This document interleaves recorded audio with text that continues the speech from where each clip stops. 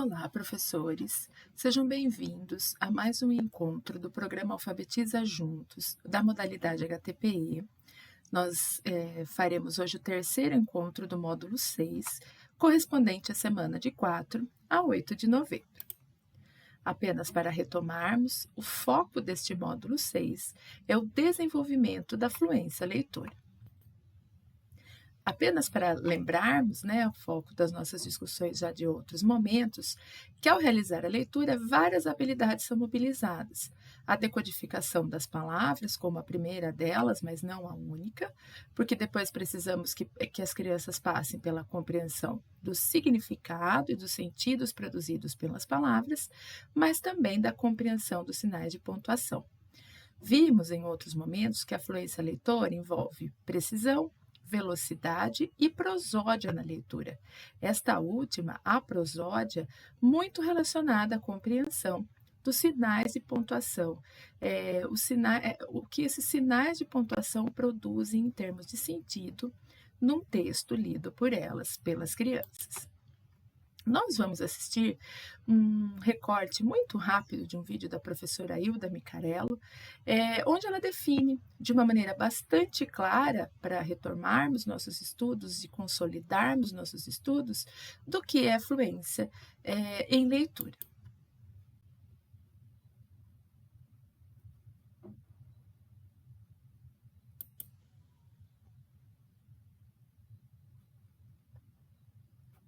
onze do 11, a maior liquida do ano com cupom e frete grátis. Olha no Shopee!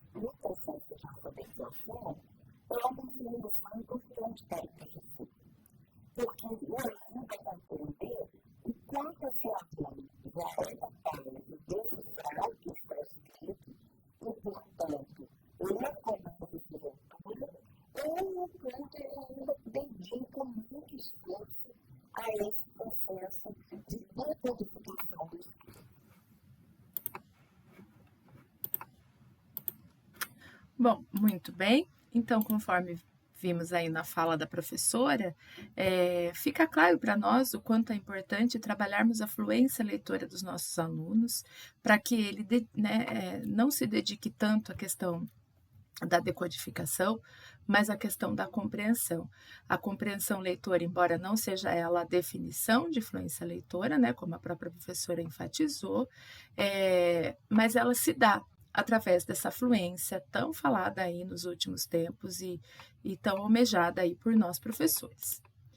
Bom, nós sabemos que existe uma avaliação externa e em pauta aí de fluência leitora nos segundos anos, mas não só nos segundos anos, mas agora com o Compromisso Nacional da Criança Alfabetizada, também em todos os anos aí do ensino fundamental, dos anos iniciais, Então, a avaliação externa de fluência leitora, assim como as demais avaliações, ela busca medir o desenvolvimento de determinadas habilidades, né? Então, ela vem para avaliar a capacidade dos estudantes saberem fazer algo pontualmente, neste caso que estamos falando, a fluência leitura.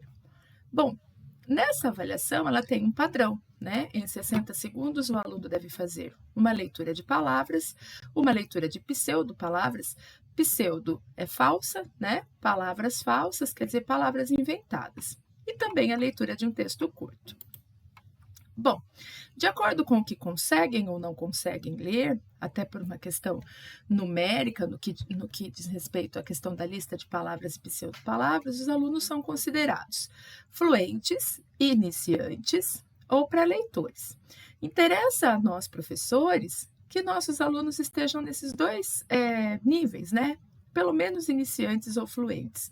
Interessa a nós, professores, tirar os nossos alunos desse nível de pré-leitores, que é quando eles ainda não são considerados leitores, como o próprio nome diz, eles são ainda considerados pré-leitores. Bom, o pré-leitor, que é esse que nós interessa a nós professores fazermos um trabalho no sentido de erradicar da nossa turma esse nível, né? É aquele que está em processo muito inicial ainda da alfabetização.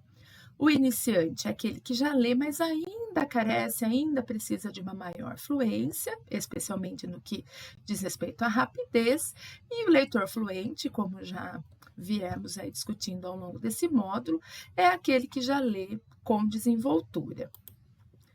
Então, de posse dessas informações sobre os perfis dos estudantes, oferecido, né, por essas avaliações externas, essas avaliações de fluência, é possível que nós, professores, adotemos estratégias, né, para cada um desses grupos, para que a gente consiga sanar aí as dificuldades particulares de cada um desses grupos. O objetivo é levar todos os nossos alunos ao grupo de leitores fluentes. Então, algumas estratégias possíveis para o pré-leitor. Atividades voltadas para o desenvolvimento das habilidades ainda muito iniciais do processo de alfabetização, leituras mais próximas dos estudantes, como nome do colega, cartazes com avisos, lembrando que para essa criança é muito penoso ainda fazer a leitura, né? Porque ela ainda não detém a habilidade de decodificação. Então, é importante que a gente trabalhe com palavras que fazem sentido para a criança, palavras da história que ela acabou de ouvir, nomes dos colegas, como o próprio exemplo aqui, né? Um trabalho muito bem voltado, muito bem elaborado para a questão do som das letras, né? Para que a criança comece pela decodificação, inicialmente, que ela ainda não detém, para que depois ela avance para a compreensão. Para o leitor iniciante, algumas estratégias são aquelas que criam situações em que o estudante seja encorajado a ler textos acessíveis e com os quais se sinta confiante para interagir, exercitar habilidades ainda em desenvolvimento, como a compreensão da pontuação, entonação de leitura. Então, para o leitor iniciante, esse é um desafio, né? A prosódia, por exemplo, a leitura com entonação, que é aquela dada pelos sinais de pontuação. E já para o leitor fluente, é importante oferecer textos de diferentes gêneros. Já que ele já domina a questão da decodificação, é importante ofertar para ele textos de diferentes gêneros para que o estudante tenha oportunidade de se apropriar dele e construir conhecimentos relevantes sobre temas variados, visto que aqui a habilidade da decodificação já foi superada. É importante ressaltar que a avaliação da fluência não é a única forma de verificarmos se a criança está lendo e compreendendo bem o texto, pois, como qualquer outro instrumento, o teste possui suas potencialidades e limitações.